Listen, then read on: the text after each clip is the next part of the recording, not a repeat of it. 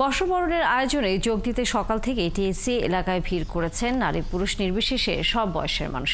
সেখানকার খবর আমরা জানবো, সহকর্মী ফারজানা আক্তার যুক্ত হয়েছেন আমাদের সাথে। ফারজানা, শুভ নববর্ষ। এবং জানতে চাই আপনার কাছে, ঢাকা বিশ্ববিদ্যালয়ের প্রাণকেন্দ্র টিএসসি আমরা জানি, এবং যখন কোনো উৎসব হয় তখন আরও মানুষের সেখানে ভিড় বাড়ে। আজকে যেহেতু বাংলা নববর্ষ, আজকেও নিশ্চয়ই মানুষের ভিড় আপনি লক্ষ্য করছেন, এবং ওই এলাকাকে ঘিরে আনুষ্ঠানিকতা কি কি চলছে এই মুহূর্তে?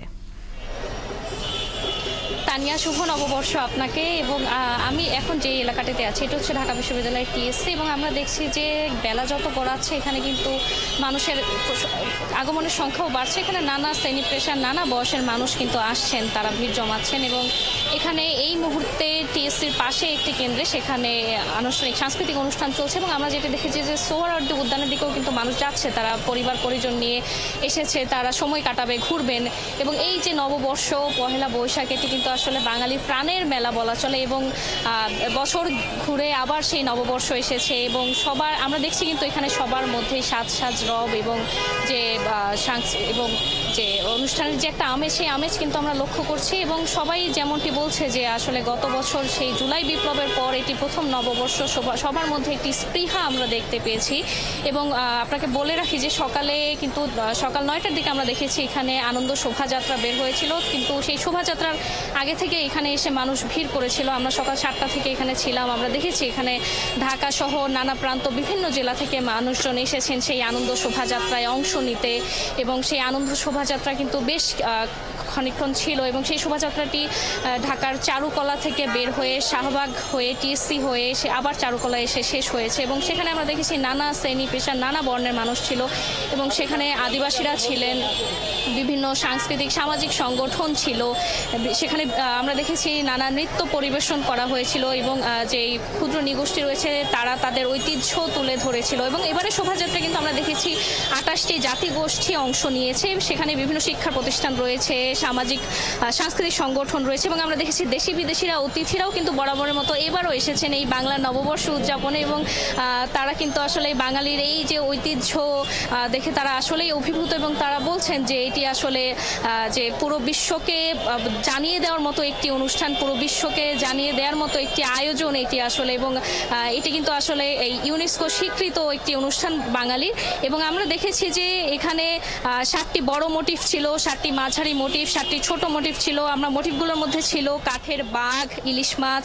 টাইপোগ্রাফিতে আমরা দেখেছি 36 জুলাই ছিল, শান্তির পায়রা ছিল, পালকি, জুলাই আন্দোলনে নিহত মুগ্ধের পানির বোতল ছিল। এবং এবারের যে বিশেষ আকর্ষণ বলা চলে সেটি হচ্ছে পতিত সরকারের যে মোটিভ ছিল সেটি। এবং সেই মোটিভ দেখে কিন্তু অনেকেই বলেছেন যে এই মোটিভ থেকে আসলে যে অন্যান্য যে রাজনৈতিক দল বা রাজনৈতিক ব্যক্তিবর্গ আছে তাদের কিন্তু শিক্ষা নেওয়া উচিত, এমনটি কিন্তু তারা বলছেন, যাতে বাংলাদেশে যাতে আর পরবর্তীতে কখনো স্বৈরাচার না আসে। এবং আরেকটি বিষয় যেটি ছিল আকর্ষণের কেন্দ্রবিন্দু, সেটি হচ্ছে একটি তরমুজের ফালি ছিল, সেই তরমুজের ফালির মোটিভ। এবং সেটি হচ্ছে সেটি হচ্ছে ফিলিস্তিনিদের প্রতি সহমর্মিতা জানিয়ে, এবং গাজায় যে যুদ্ধ পরিস্থিতি চলছে সেটি ফিলিস্তিনের প্রতি সহমর্মিতা জানিয়ে, এবং ইসরায়েলের এই বর্বরচিত হামলার প্রতিবাদে সেই তরমুজের ফালি বানানো হয়েছিল। এবং সেই তরমুজের ফালি হচ্ছে ফিলিস্তিনিদের কাছে একটি প্রতীক, ধৈর্যের প্রতীক এবং অধ্যাবসায়ের প্রতীক। এবং এই মুহূর্তেও কিন্তু আপনি যেমনটি দেখছেন যে এখানে টিএসসিতে আমরা দেখছি যে বেলা যত গড়াচ্ছে এখানে বিভিন্ন নারী পুরুষরা এসে ভিড় করছেন। নারীরা বৈশাখের যে সাজ, আসলে শাড়ি পরে হাতে চুড়ি দিয়ে অনেকে আলপনা আঁকছেন। আসলে বলা যায় যে একদম একটি আমেজ, আসলে বৈশাখের যে আমেজটি আমরা সবসময় দেখতে পাই ঠিক তেমনটাই কিন্তু আমরা দেখছি। এবং সকাল থেকে আমরা দেখেছি যে রোদ থাকলেও এখন রোদ কিছুটা কমেছে, অর্থাৎ আবহাওয়া বলা যায় যে কিছুটা ঠান্ডা আছে। এবং এই কারণেই আমরা দেখছি মানুষের সমাগম আরও বাড়ছে, ভিড় করছে। এবং এখানে আমরা যেমনটি জেনেছি যে বিকাল পর্যন্ত, সন্ধ্যা পর্যন্ত আসলে সাংস্কৃতিক অনুষ্ঠান চলবে, কালকেও সাংস্কৃতিক অনুষ্ঠান চলবে, এবং সেখানে নানা শ্রেণী পেশার মানুষ অংশ নেবেন।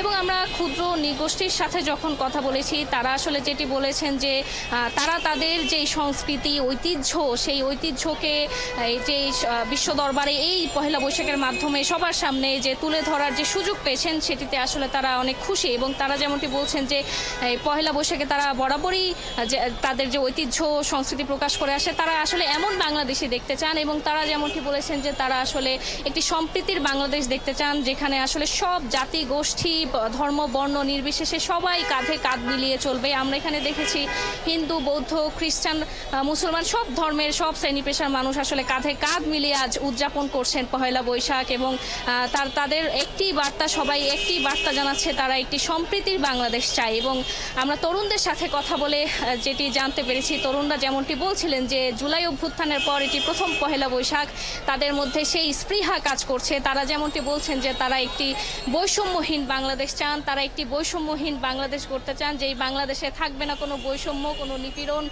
তারা এমনটি দেখতে চান আসলে। এবং এই টিএসসিতে কিন্তু এখনও আমরা দেখছি সমাগম বাড়ছে, মানুষজন আসছেন এবং সেটি আসলে বিকাল গড়িয়ে সন্ধ্যা পর্যন্ত থাকবে, রাত পর্যন্ত থাকবে। যদিও আমরা যেমনটি জানতে পেরেছি যে রাতের পর সন্ধ্যার পর আসলে এখানে বাইরের গাড়ি হয়তো ঢুকতে দেওয়া হবে না। এবং আইনশৃঙ্খলা পরিস্থিতি যদি বলি, আইনশৃঙ্খলা পরিস্থিতি বেশ ভালো রয়েছে, কোনো অনাকাঙ্ক্ষিত ঘটনার খবর কিন্তু আমরা এখন পর্যন্ত পাইনি। তানিয়া, অসংখ্য ধন্যবাদ ফারজানা। আপনার মাধ্যমে আমরা বলা যায় এই মুহূর্তে বর্ষবরণকে কেমন করে উদযাপন করছে সাধারণ মানুষ, টিএসসি থেকে শুরু করে তার আশেপাশের নানা রকম খবরাখবর আপনার মাধ্যমে জানলাম। আবারও নিশ্চয়ই যুক্ত হবেন আমাদের সাথে।